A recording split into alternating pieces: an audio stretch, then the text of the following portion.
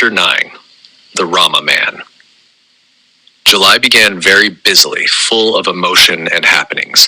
The contact experiences we had gone through would ignite the envy of any science fiction writer or the passion of an Isaac Asimov. However, we needed to promptly decide what position we would assume. Antar's words still roared in our minds. Some of the extraterrestrials' observations had touched us deeply.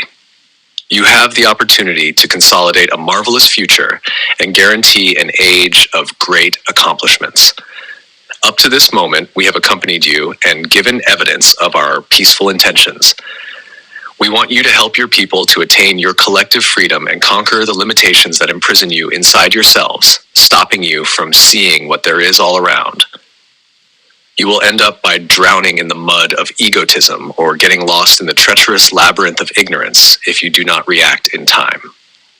As I have already told you, man will soon reach other worlds, and the only thing you can export to them is depredation, ambition, and greed. As well, your scientists are approaching the discovery of secrets that will unravel the mysteries of traveling through space and through time.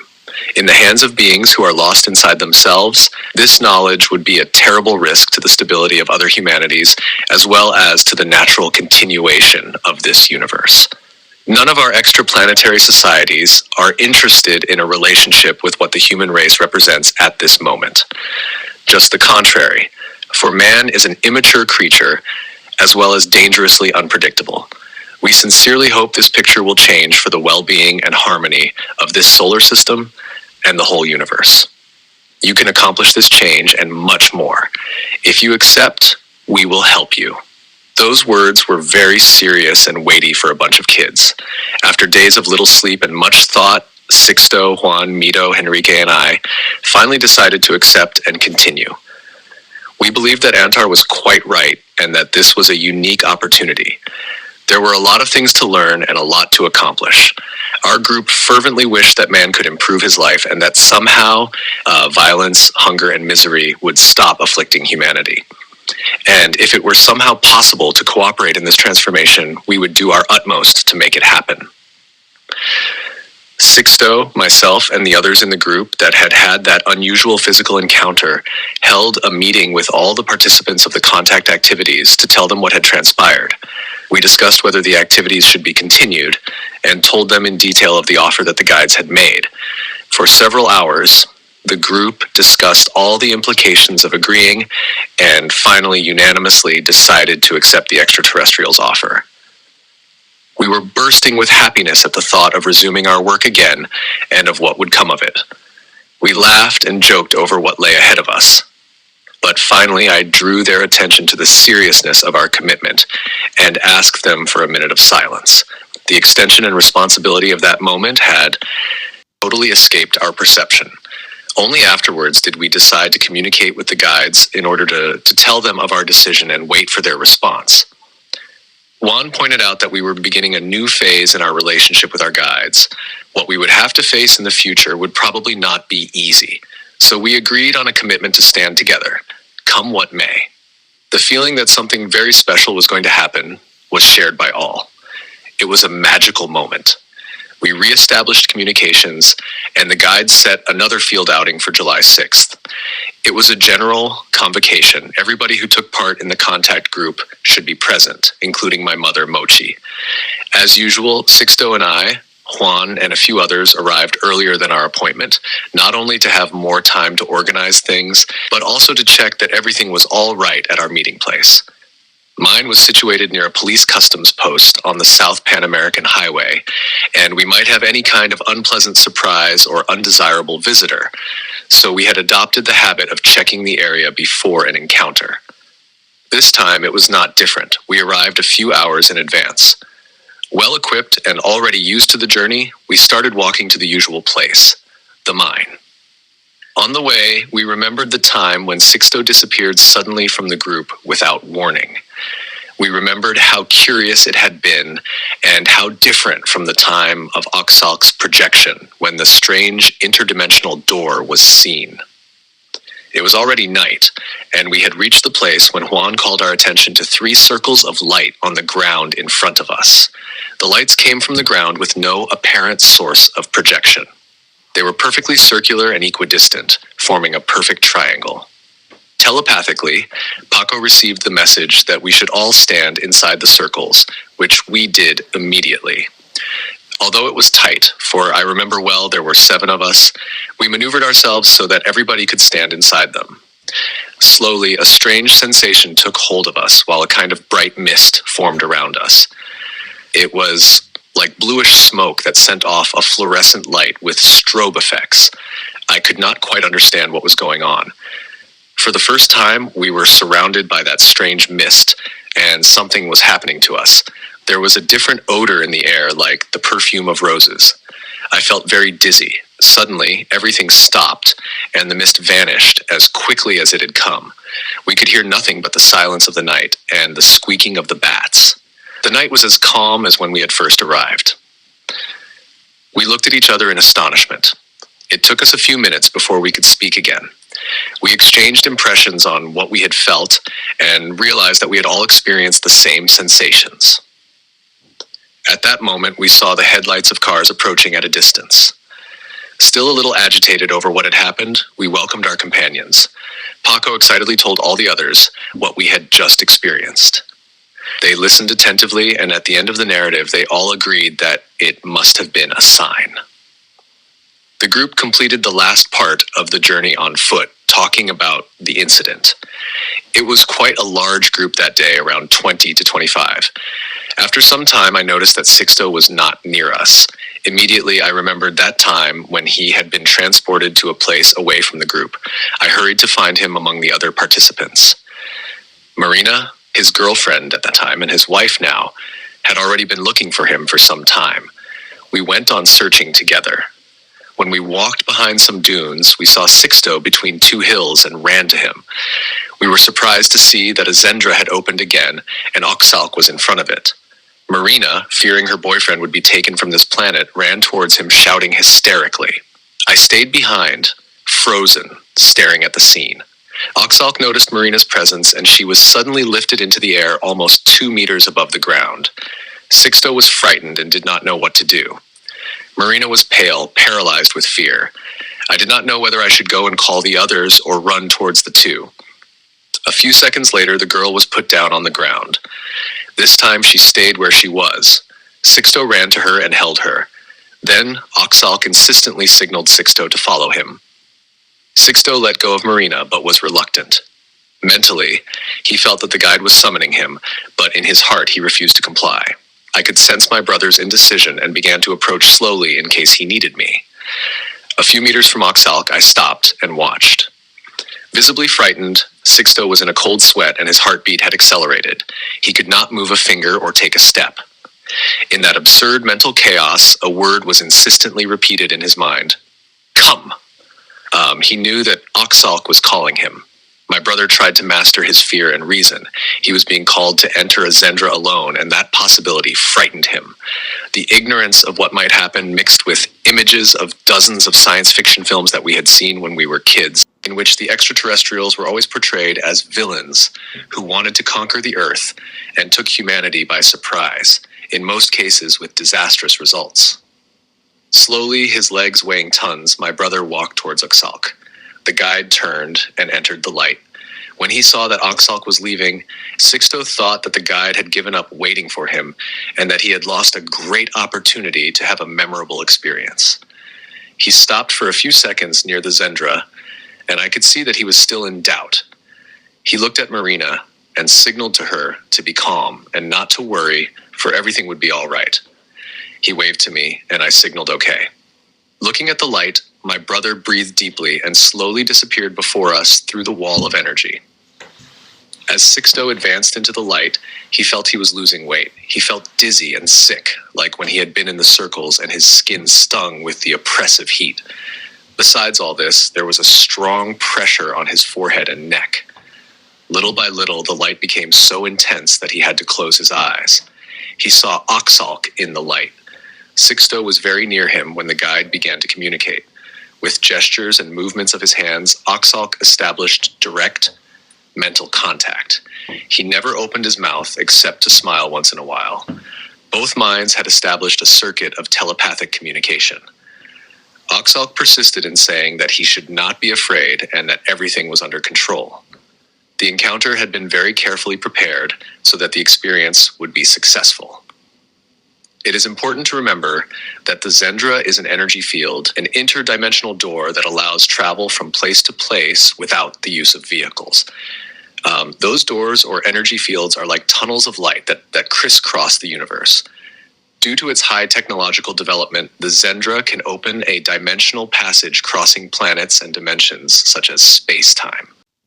In this passage, a person who enters through that door is disintegrated. His molecular cohesion and his atomic weight are annulled and transformed into energy that vibrates at a certain frequency, and he can be projected to anywhere in the universe, wherever a door can be opened. According to the guides, this kind of door can be opened naturally or accidentally due to a high concentration of electromagnetic energy, or to solar activities and cosmic storms. The Bermuda Triangle and the Devil Sea in Japan, famous for mysterious disappearances that were described by the writer and researcher Charles Berlitz, are two of many such doors that exist on the planet. According to what we know, the extraterrestrials use different places as entrances and exits, and in some cases, accidents with boats and planes can happen. There are old and recent cases of people who traveled near those doors in Bermuda and Japan and saw flying objects and submarines of light moving in those places at the time of the occurrence of the phenomenon. In his book, Bermuda Triangle, Charles Berlitz presents the narrative of people that were almost transported beyond this world and the incredible events that they witnessed, such as a rope tied to a boat that suddenly vanished, leaving the rope hanging loose in the air because there was nothing at its end. These and other events prove the concrete existence of these doors.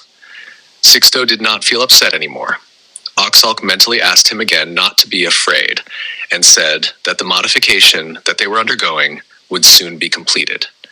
The disagreeable heat had diminished, but he still had a funny sensation and could not feel his arms and legs. Oxalk interrupted his thoughts and asked him to open his eyes and follow him. Sixto was in a lighted corridor, his steps echoing with a metallic sound.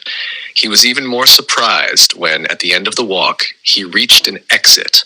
He was in the open air in an indescribable place. Gone were the dunes of Chilka. The geography was totally different. He was in the center of a group of mountains similar to nothing he was familiar with. Before him, he could see the lights of a well-lit city composed of large dome-shaped structures that reminded him of Eskimo igloos. Sixto was still a little tense, but curious. He asked Oxalk about the city and where they were.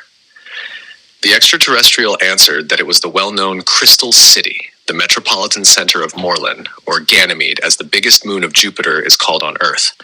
It was the legendary colony mentioned in the messages, where his people had settled in ancient times, adapting the environment artificially with their advanced technology according to the needs of their civilization. The guide explained that the volcanoes and the masses of gas that fill the atmosphere of the moon with methane were used to generate energy. Life could not be sustained without that kind of conditioning. My brother was deeply impressed with the information, and mainly with what he could see. He tried to observe as attentively as possible every detail while they approached the city.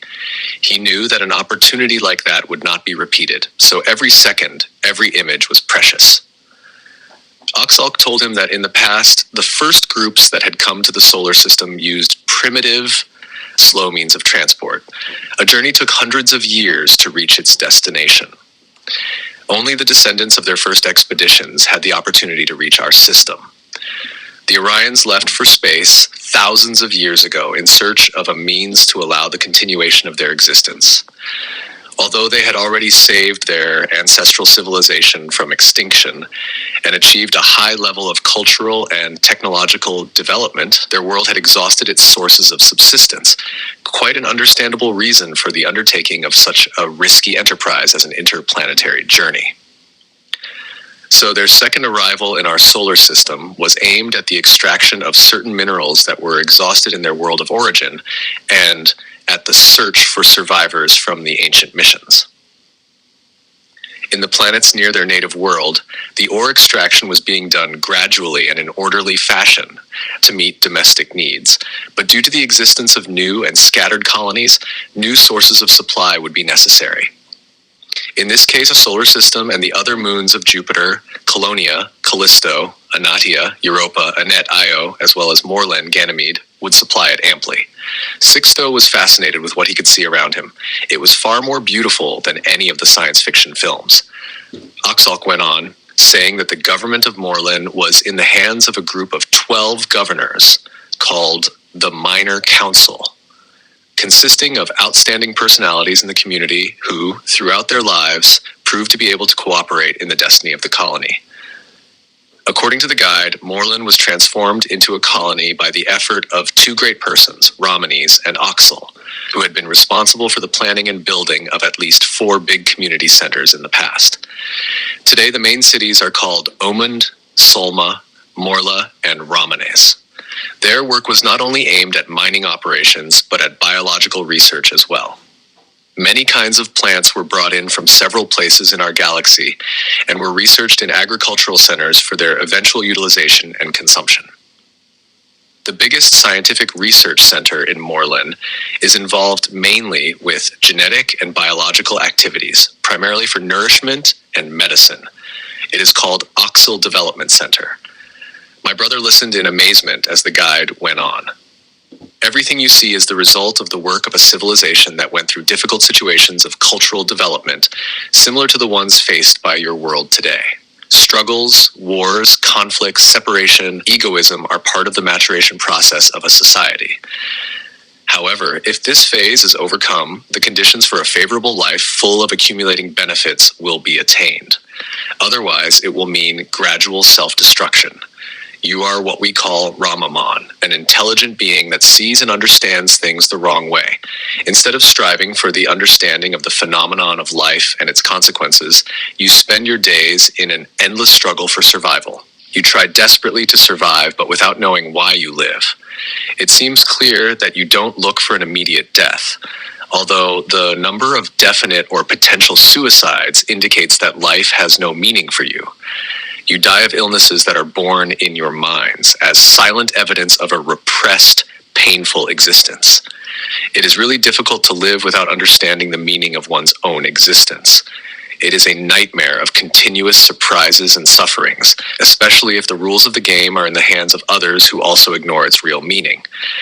And because he did not understand life, man built up his own meaning for it, setting up regulations that limit attitudes, thoughts, dreams, ideals. He created an artificial life that condemns natural beings to an imprisoned existence within the walls of the created structure and denies him the freedom to live in a universe with no boundaries. Man has to again discover the road he lost hundreds of years ago, a road where imagination and dreams are the main factors of creativity, where love and trust are essential for realization, where pleasure and joy are motivations to live. He continued, although man is the product of a faulty, unnatural process of creation, he has all the resources to overcome his limitations. All he has to do is to understand that he is in a process of evolution and that he has all the necessary tools for new discoveries. We are giving you the opportunity to offer your human brothers a way to stop the cultural short-sightedness that limits your awakening, and a way through which you can revise your humanity's cultural structure and reformulate it. We would like to be able to consider man an intelligent being with whom we could share our knowledge and experiences, but if he continues acting the way he does, it will be very difficult for him to get out of the rut where he is getting stuck. Like a big animal stuck in the mud, the weight of the megastructure he has built will pull him down faster. Oxalk added, we are giving you a difficult mission, for Rama is the anagram of the word Amar, which means love in your language. Man doesn't love himself or life, much less the ones around him or his environment. How can he love life if he doesn't understand what it really represents? The meaning of love is not the one that you usually use. Its concept has been absurdly distorted. Love is one of the most beautiful and greatest characteristics of the intelligent race. Only someone who understands the value of life, the importance of a gesture, the simple language of beauty and harmony, the envelopment of a caress, the needs of others, the impact of the lack of support, the value of friendship, the shrinking of the heart when he sees pain and suffering, the silent relief of nature or someone who can sacrifice himself for others. can actually say that he has loved. We can only love with intelligence. Through love, we interpret the secrets of the vastness of the universe and transform them into a simple breath of life. If you love on an emotional impulse, you are only expressing a necessity for compensation for the lack of love. Love can't and shouldn't be manifested impulsively. It must be conscious and complete, for it embraces the capacity for self-sacrifice and self-denial. Only someone who thinks coherently can love completely. He who loves with wisdom will be able to transcend any sacrifice. Love will never mean indifference or connivance, or the so-called respect that you use in order to avoid making a stand. It is true there can't be demands in a relationship, even if it is a friendship, but it doesn't mean that love represents tolerance to excesses or the use of that freedom to escape guilt or avoid responsibilities. Respect in love is the freedom to learn together, the loyalty, the tenderness, the opportunity to be oneself, and the pleasure of being happy. To love, you must understand the reasons for being, thinking, feeling, and needing the others. He who is conscious of existing will have the joy of being love. The mere fact of being conscious will be the manifestation of the purest, total love incarnate, and ultimate satisfaction of needs. Without a clear, balanced, free mind to see, feel, and understand the meaning of an action, it will hardly be possible to love consciously. He who knows me fully knows and lives love, being life and being love and loved. It was too much philosophy for Sixto's mind and too much to think about. Finally, more confused than upset, Sixto asked, "Well, what do you want from us after all? Do you want us to develop this work in the direction of a cultural change that may recoup lost time and that will take man to a rediscovery of life, benefiting in a future exchange with you? Is it so? Is this the kind of work you want to develop with us?" Oaksalk looked at him and answered, "We want you to understand that in order to be in touch with us and establish an intimate, natural relationship with us someday, man will need to build up a disciplined process of reformation of values and criteria to understand himself and life as a whole. For if he can't even find a new, organized, efficient, harmonious system of life for himself, he will hardly be able to accomplish the real purpose of his existence, let alone have interrelations with other civilizations." When the guide stopped talking, he accompanied my brother to the place where they had entered the city. Sixto was flabbergasted with the dialogue and the sightseeing. Obviously, it could not be otherwise. Sightseeing on a moon of Jupiter and talking to an extraterrestrial about the future of humanity is not a daily event. Slowly, they approached the Zendra and entered it. Sixto again felt the heat, the dizziness and numbness. Suddenly, the discomfort left, and he returned to normal. Marina and I were still in the dunes of Chilka, looking at the light of the dimensional door through which my brother and Oxalk had passed. Worried and not knowing what we should do, we had already gone near it and intended to get in and go after them. When we saw the shadows of two figures coming out from the light, we had a fright and stepped back. It was Sixto and Oxalk coming back, to our relief. I had already been wondering how I would tell my parents that my brother had been taken to nobody knows where through a light. We felt relieved to have Sixto back. Oxalk waited till Sixto was far from the light, then he waved his right hand and went back into the light, which disappeared immediately. At that point, other members of the group had already started looking for us and arrived just in time to see the guide going back to the light. We all rushed to Sixto to see if he was all right. He was a little different. I could not say how, but there was something strange about him. Marina was rather apprehensive and greatly distressed as she embraced him. I believe that up till today, Marina has not, understandably, overcome the anxiety of that adventure. It was like an incredible, fantastic dream out of our normal context. She and many of us have often asked ourselves if all our experiences actually took place.